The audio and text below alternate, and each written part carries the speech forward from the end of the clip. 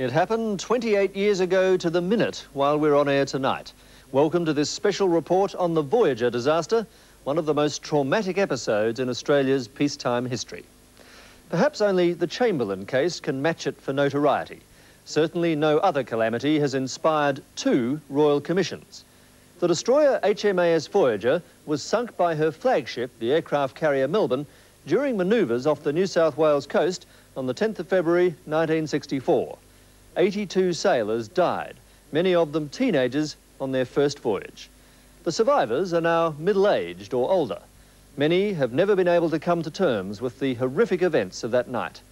In this program, we piece together the final minutes before the fatal collision and trace the bitter years of neglect that have been the cruel legacy of HMAS Voyager.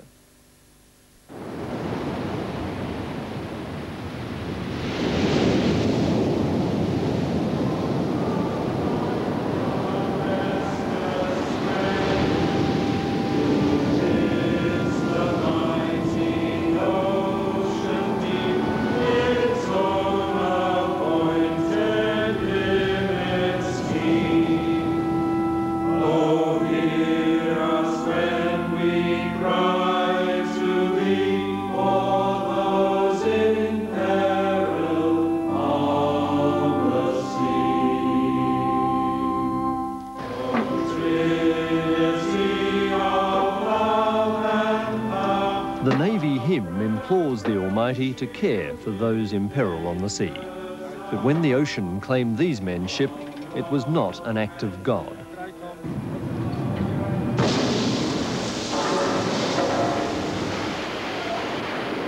Their peril was man-made, a calamity that cruelly stole their mates' lives and will forever haunt their own.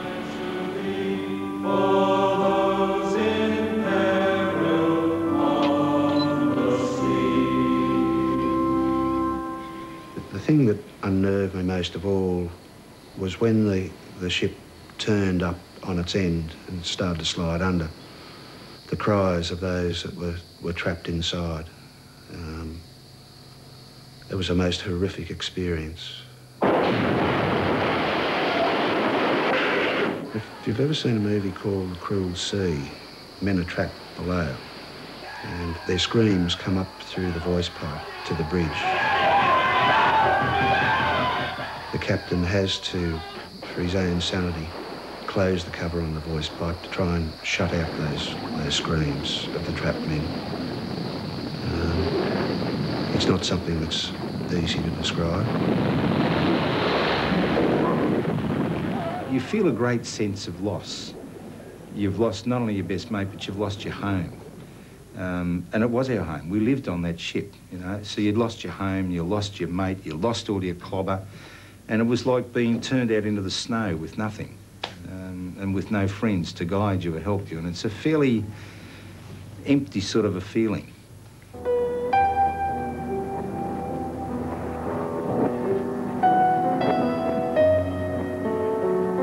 The survivors of the Voyager disaster have had to live with that loss for nearly 3 decades. Some have been drowning in a sea of despair, while the Navy seemed interested only in saving face. For some, the burden has been unbearable. Careers, marriages, fortunes have gone under as surely as Voyager. Many feel betrayed by the country they sought to serve. I won't ever forgive them for what they did. I mean, it was bad enough, the collision, the way I was treated following it, the way I was thrown aside like a dirty sock. There was no further use to them. The way they tried to destroy me, the way they destroyed indirectly my family, and the way they've completely changed my whole life. I was expendable. The whole thing seems to have been some sort of a massive cover-up, whitewash, whatever you want to call it, and that the poor plebs, the survivors of Voyager, are the ones that are going to wear it on behalf of all these other people. So to me, the whole thing has just been a complete and utter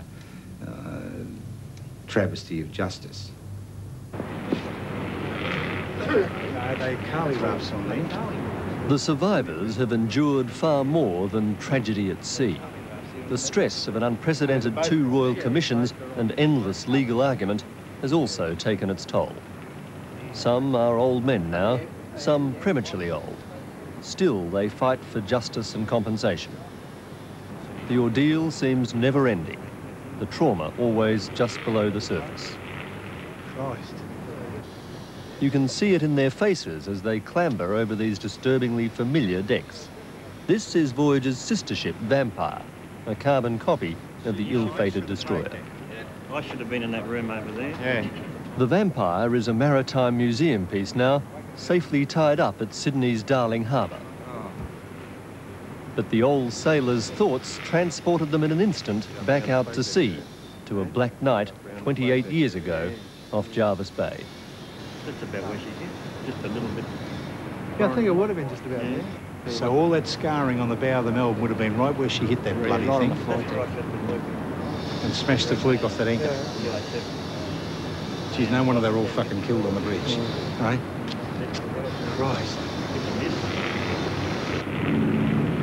Among those on Voyager's bridge that fateful February night was Captain Duncan Stevens. He went down with his ship. But efforts to keep afloat his and the Navy's reputation have long muddied the waters of the Voyager tragedy. The cause or causes of the collision that occurred on the 10th day of February 1964 between the ships of the Australian Navy, Melbourne and Voyager. The senior service tackled the formal inquiries into the disaster with a vigour distinctly lacking from the survivors' cause. Naval staff suppressed unwanted evidence and lied under oath. 28 years and 2 royal commissions on, the Voyager tragedy is still shrouded in anguish and controversy. The motto of HMAS Voyager means where fate calls. None could have expected fate to call that February day in 1964 when she sailed from Jervis Bay to resume a routine naval exercise off the coast. It was peacetime, in familiar waters, in the comforting shadow of her flagship, the carrier Melbourne. In fact, they were just hours away from Australia's greatest peacetime military disaster. The man in charge of the operation was Melbourne's captain, John Robertson. In the gathering gloom, Melbourne and Voyager made final preparations for night flying exercises. The 10th of February 1964 was a clear, moonless night. Winds were light, so under Captain Robertson's direction, the 2 ships began making tandem turns, angling for the most favourable breeze in the fluky conditions. 07, this is 44. At 8:52, Robertson signalled to Voyager to immediately take up its normal shadowing position behind the carrier. Voyager acknowledged the signal. In the darkness, Melbourne's captain followed the destroyer's movements by her navigation lights. At first, Voyager behaved predictably, banking away from the carrier. Then suddenly, Voyager swung back towards the Melbourne. They were just a minute away from collision, but watching from the carrier, Robertson believed that Voyager had chosen a fishtailing course which would still allow her to pass safely astern.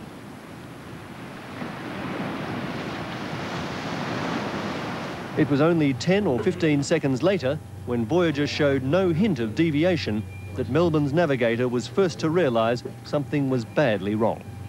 Christ, what's Voyager doing? Stop both engines, half astern, both engines.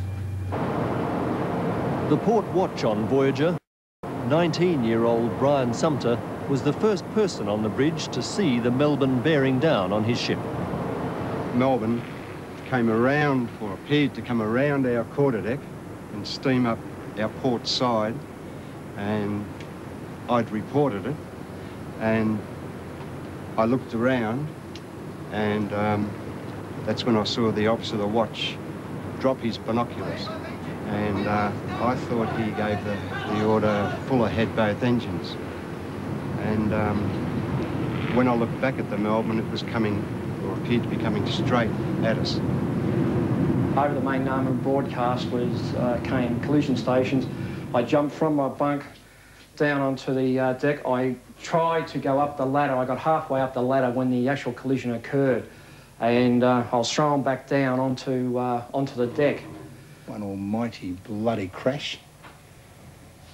All the lights went out, totally black, not a light anywhere, and somehow, I don't know how, but I've got down there.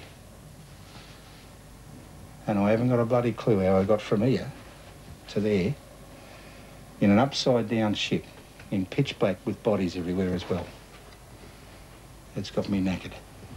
The ship went over to the side. This catwalk here come down, obviously hit me and pushed me against the guardrail and pinned me there. And the ship went over, we went underwater, and sort of come back. When we come back, it seemed like an eternity we were down there. When we came back, they cut me out. The guys come along, cut me out with a hacksaw. I went cartwheeling across the wardroom over there into that side of the bulkhead on that side of the ship. And I wasn't really sure what was happening, because the next thing I recall was I was surfing out through the ship's side on a wave, and I was outside the ship. I remember being in the water, but being driven through the water. It was an awful experience. There was arms and legs, and I can remember trying to grab hold of a couple of people. We must have been tangled up in an awful mess, but I couldn't hang on to anybody. I don't know whether I was trying to stop them or trying to stop me, to be quite honest, but I was just being just driven through the water. I fell out onto the floor here, and by the time I got up, we had turned over, and that escape hatch was open up, and that's where I escaped through with 22 others. And the young fellow we left behind is behind those lockers there. We found that the door, the hatch was jammed because the metal bar and the wheel and everything, the mechanism on it was jammed. And a small guy, got hold of one of the ends of these bunks and this actual bar here and broke it off. Probably through pure fear, adrenaline, whatever. Jammed it in the wheel and sheared the whole thing off. It fell out, board, and water poured in. Now, the water poured in, we were sort of standing around here, and we could hear the guys in the cafe trying to get out. We could hear them trying to get out of the cafe, and the noise of the water and all the sound of the ship and everything sinking and crashing around us, we could still hear guys in that cafe trying to get out. We could hear the coxswain in there, we could hear him talking to them and praying, and then later on, as they started a hymn, I got out through the escape hatch and got out into the sea.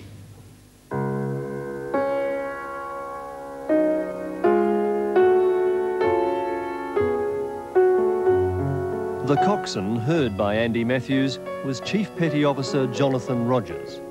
His photograph shows he was an ample man, too big in fact to negotiate an escape hatch. He went down with the forward section of Voyager. But not before he'd pushed as many young sailors as he could through the hatch to safety. He was posthumously awarded the George Cross for outstanding bravery.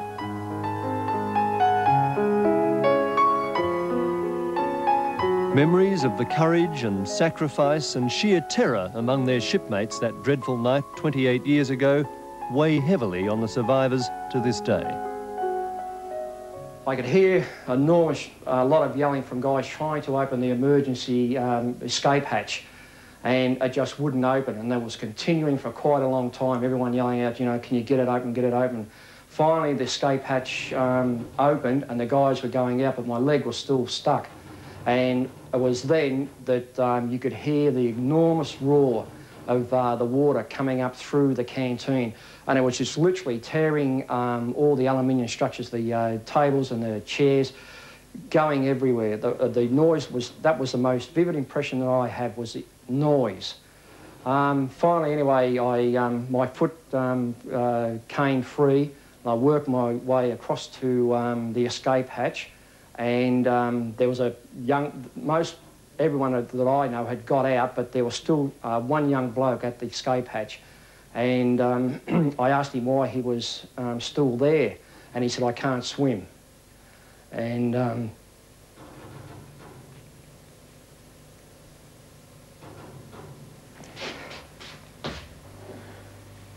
I was ordered by a Petios electrician, who's also dead, to get the duty electrician up forward to the gyro room. Nobby Clark's bunk was down here, and young Nobby had to go, and we never saw him again to this day. And I certainly feel that if I hadn't given him that order, he would have been alive today. A dream is sending Nobby up there and, you know, killing him. That's my dream.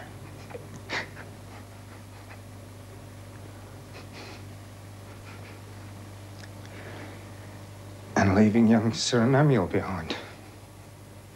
Because we tried very hard to get him out.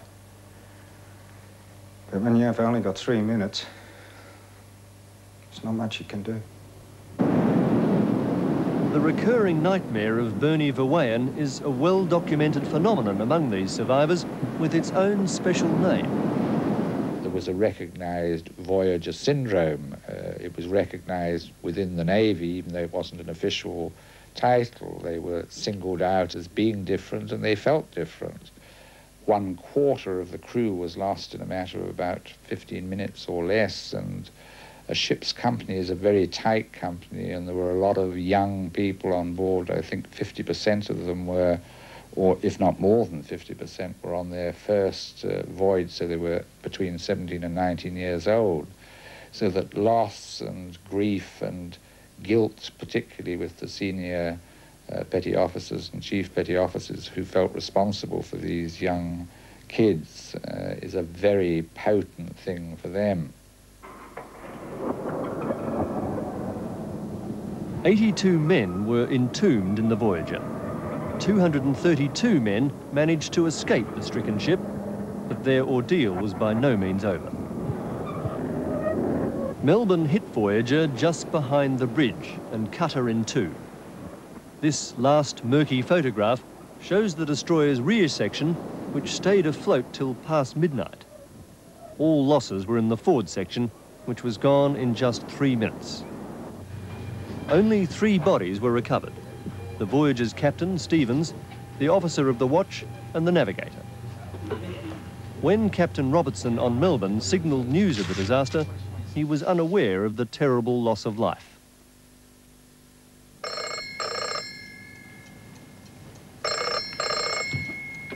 Prime Minister Menzies was informed shortly before midnight that there'd been a collision.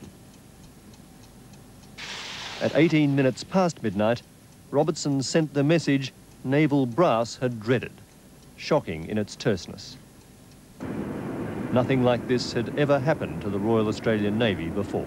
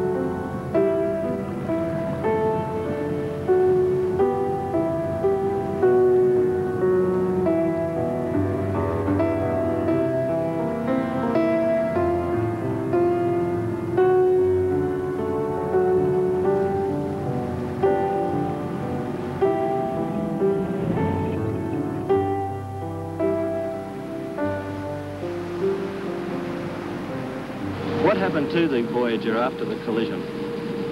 She broke in half round our bows. The 2 halves floated down one either side of the ship. The bows sank very quickly and the stern lasted an hour or 2.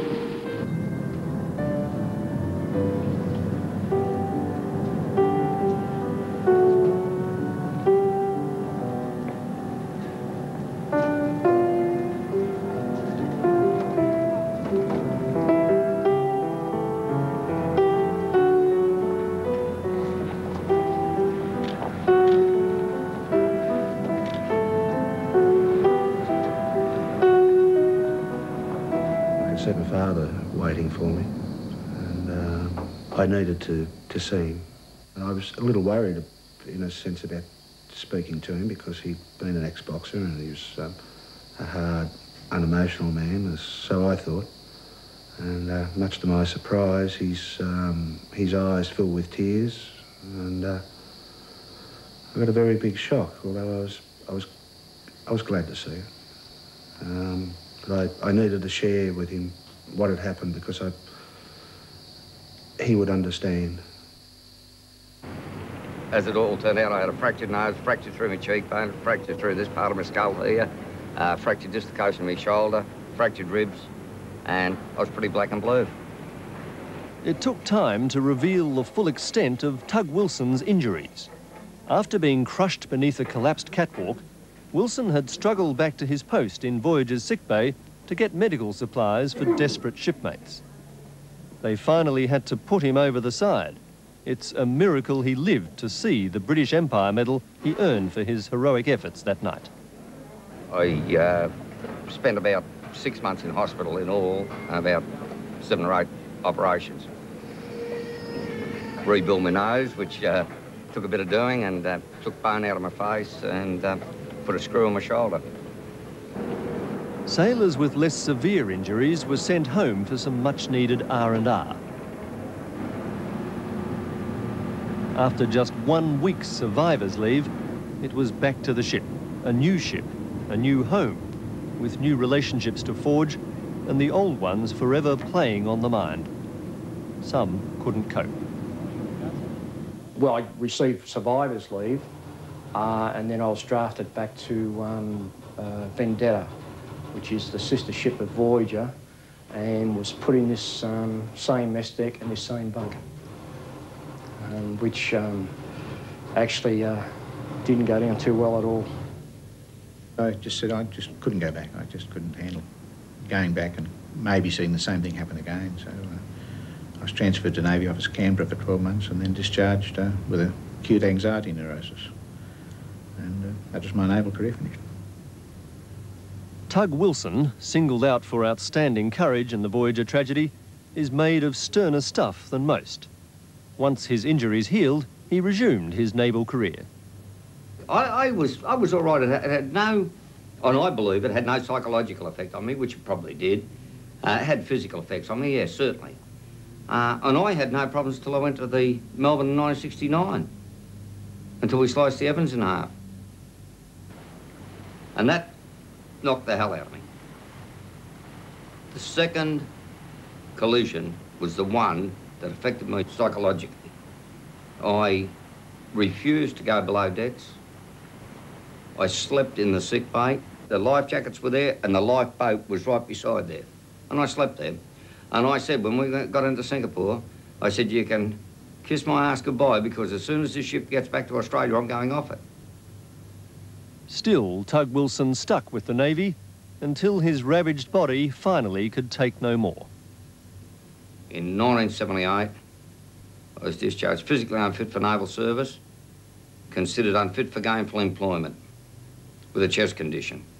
I applied for compensation,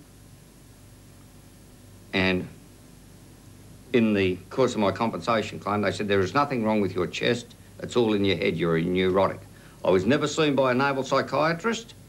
I was never counselled by a naval psychiatrist or psychologist. From the outset, the survivors' plight was overshadowed by official preoccupations with the 2 royal commissions that were to dominate public attention over the next 3 years. The legal process prolonged and aggravated the trauma of the men. As the Navy fought to salvage its pride, the Voyager disaster entered a new phase. The upshot of that whole legal process is that I'm genuinely sorry that I told the truth. I would have been better served in terms of me personally and what was left of my career in telling them what they wanted to hear. It was a mistake on my part to tell the truth as I knew it. It became clear very early in the Voyager saga that the Navy had no intention of going down with the ship. The unfortunate captain of Voyager, Duncan Stevens, should have been the obvious focus of their inquiries. But if Stevens was shown to have been disastrously unsuitable for the job, it would reflect badly on the people who gave him his command, the Navy Board. The well-connected Stevens had many people interested in defending his reputation. But the naval top brass did not want to hear what Stevens' fellow officers had known all along, that Voyager's captain was incompetent. Among them was one of Australia's most distinguished sailors, the late New South Wales Governor and former Admiral Sir David Martin.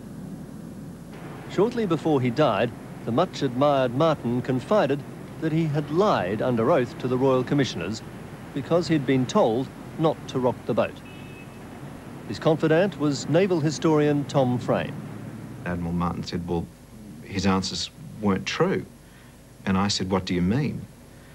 And he said, well, it's bullshit. And I said, I don't understand. And he said, Captain Stevens on the bridge was hopeless, that he needed others around him, that he needed a second opinion, that he really perhaps wasn't competent to be there. And David Martin said to me, the most well-working ship, the ship with the greatest teamwork that he'd ever been in was Voyager, because the wardroom worked so well together to make up for what they thought were the deficiencies of their own captain. In the Navy's efforts to shield Captain Stevens, other reputations became expendable. There was counsel there for the Navy, but that's who they were representing, the Navy, not the naval personnel, in my view anyway.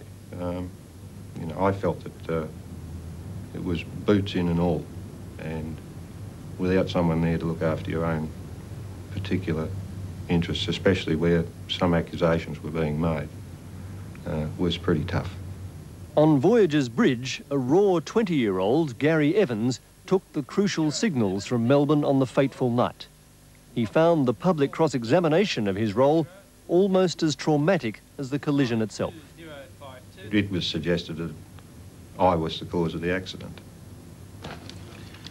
by misinterpreting signals, or misinterpreting the information to the officer of the watch. To say that he's in some way responsible for the collision, I think, is to misunderstand command at sea and the way naval responsibility works. It's true that each individual is responsible for the actions. Navy historian Tom Frame believes there was indeed a mix-up over Melbourne's signal, but he says the Navy knew it was absurd to shoot the messenger. Ship safety remains always the responsibility of the captain and the officer of the watch, his delegated responsibility in his absence. So if the tactical operator on Voyager's bridge makes a mistake which happens in the heat of an operation which was speeding up, it's up to the captain, the officer of the watch, or other responsible officers who are there to detect that mistake and to take the avoiding action. They ought not simply to rely on his performance. They ought to be checking, rechecking, because they have an enormous responsibility, that of the ship and every person in that ship. When another humble seaman stepped forward to back Voyager's young signaller, his reputation also came under fire. There were rumours about my sexuality. There were rumours about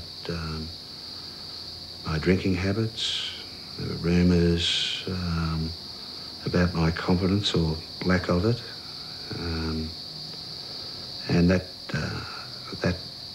attitude and philosophy filtered down, if you like, to other sailors, to the point where I was being completely ostracised. Guys that I'd known for years would cross the street rather than talk to me. It was very unpleasant.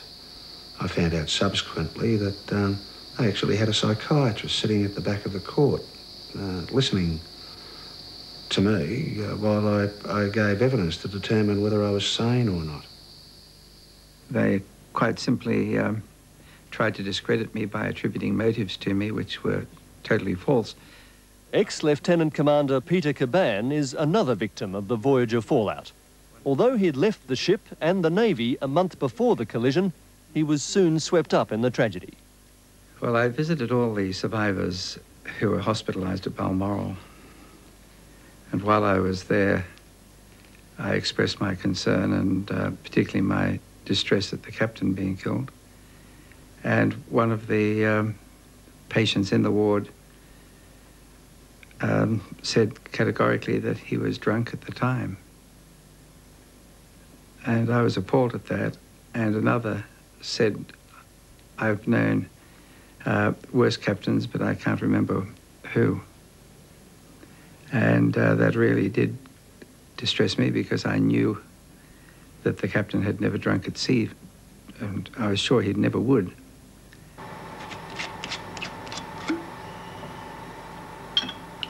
Lieutenant Commander Caban knew better than most that the captain liked to drink. As executive officer on Voyager, he'd seen Stevens the worse for wear on more than one occasion. But Caban remained convinced that Stevens would never drink at sea until he heard the captain's cabin steward, Barry Hyland, testify that Stevens ordered a triple brandy shortly before the collision. Served him out about 7:15, I think, and I was asked to supply the captain and Captain Stevens a drink.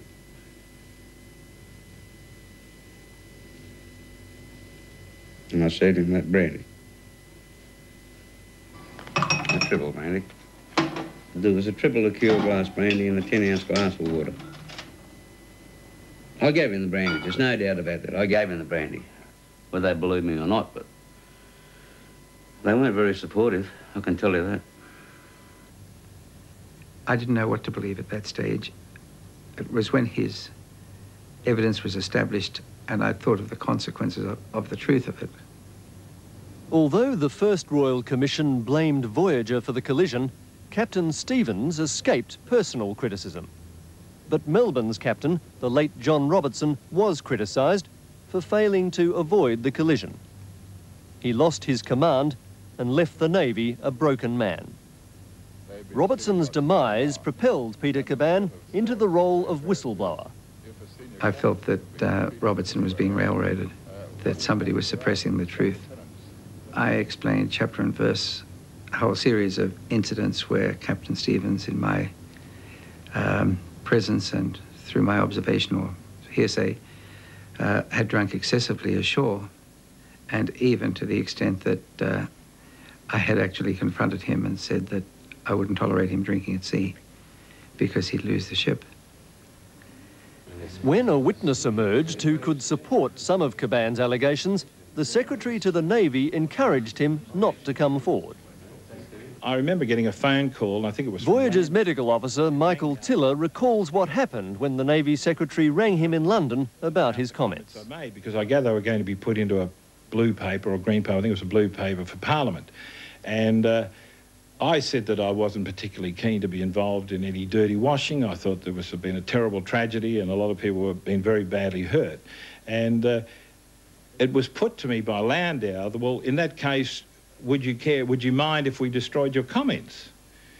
Well, I said, of course I wouldn't mind, because I was unaware of what was going on in Australia, and I thought, well, these comments are just comments by me. Yes, if you want to destroy them, you can. But this goes against the grain a bit, because I was under the impression that it was said that I wanted them destroyed. I think it was put to me, would I like them destroyed? And I said, yes, for reasons of not hurting people, I said, yes, go ahead and destroy them. Despite the Navy's obstruction, the second inquiry, unlike the first, was unequivocal in blaming Voyager for the collision. It strongly suggested Voyager's captain, Stevens, was not up to the job, confirming an alcohol habit and an active stomach ulcer. But it stopped short of finding that Stevens was unfit for command on the crucial night of the disaster, or that he was directly responsible. The finding is a continuing disappointment to lawyer and once vitally interested politician Ted St John QC. They gave a number of instances where Stevens had behaved in a very odd fashion indeed, if he were a good, sober man, and yet somehow they resisted the conclusion that he was in fact a drunkard. But the other remarkable thing is that, having found that he was incapable, they never addressed the question whether that incapacity was causally related to the disaster, for which there seemed to be no other rational explanation. 28 years on, the search for blame has darkened many careers and obscured what actually happened on Voyager's last night at sea.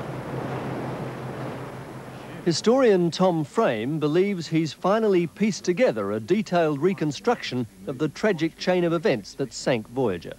And I believe that the collision occurred because Voyager corrupted a signal somewhere on her bridge from Melbourne, which made her believe that Melbourne was turning around to the west under port wheel. At 8:52 p.m, Melbourne and Voyager are steaming north, just over a kilometre apart, with Voyager ahead of the carrier. Melbourne signals Voyager to take up a new position behind the carrier, staying on a course of 20 degrees. Make to Voyager, we will fly on 020. Aye, aye, sir. 07, this is 44. The actual signal was sent from Melbourne as being Foxtrot Corpin 020 TAC 22. But according to Lieutenant Frame, on the bridge of Voyager, the signal is mistakenly relayed as a command to both ships to swing from their course of 20 degrees to a new course of 220 degrees. Turn to 220 TAC 22. I say again, turn to 220 TAC 22. Roger. Believing that Melbourne is also turning west, Voyager alters course accordingly. When Melbourne in fact continues on its intended course, Voyager crosses into her path. If the officers on Voyager's bridge were doing their job, in Tom Frame's view, the confused signal would not have been fatal. What should have happened was that Lieutenant Price and Captain Stevens and the navigator and anyone else who was there should have been observing Melbourne's movements. That then would have been apparent to them that Melbourne had not done as Voyager thought she was going to do, and therefore the corrupted signal would have been apparent to them, and they could have initiated avoiding action a long time before a dangerous situation had developed. Bridge! Pull ahead both engines, wheel hard to starboard! Pull ahead both engines, wheel hard to starboard!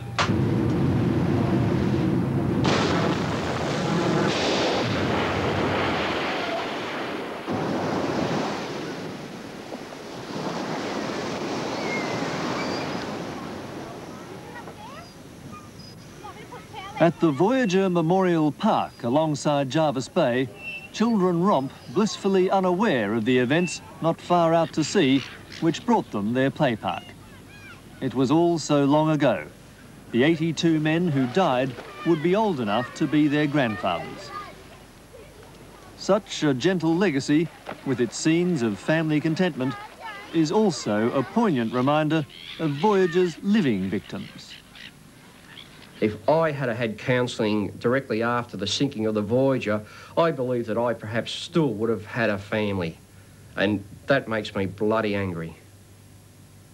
No one to know us. We were just dirty dish rags discarded. There you were, you left like a pigeon on a loft. Same as these blokes that are going through now for their bloody claims. The same freaking thing. No one wants to know you.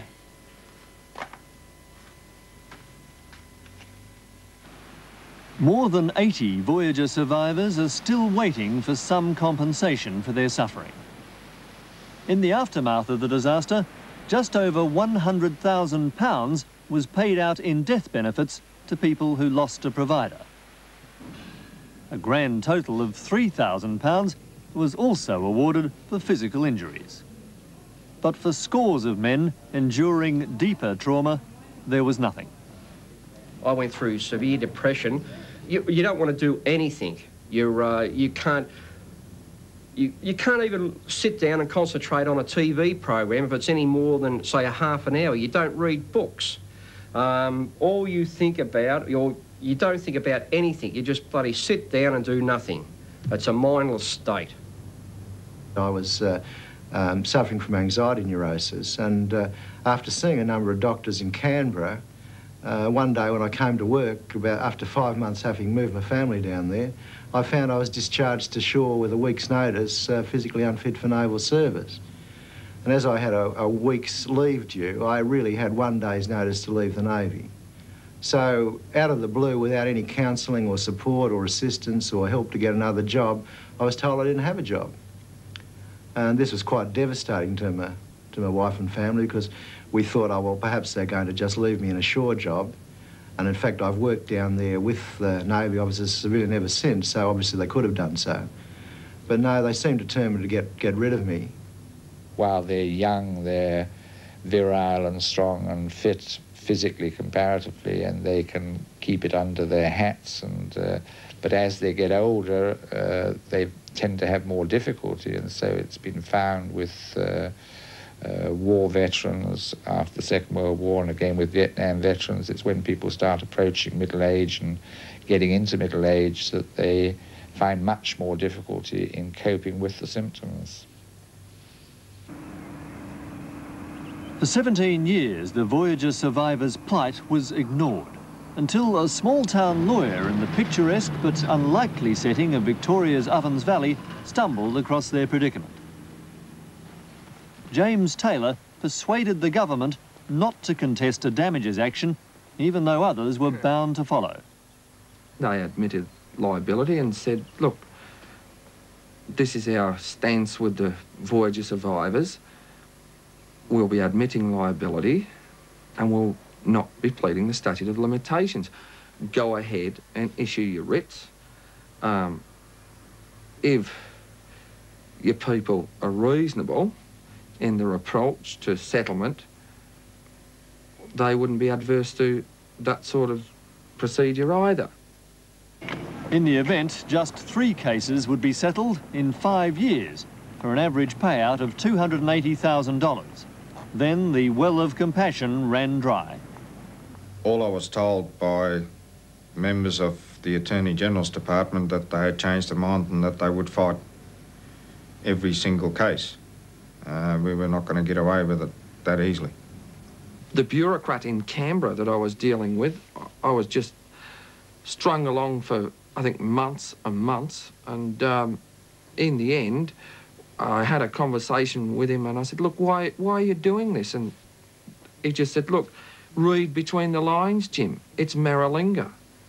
And I said, well, what's Maralinga got to do with the Voyager survivors? For goodness sake, you've made this promise.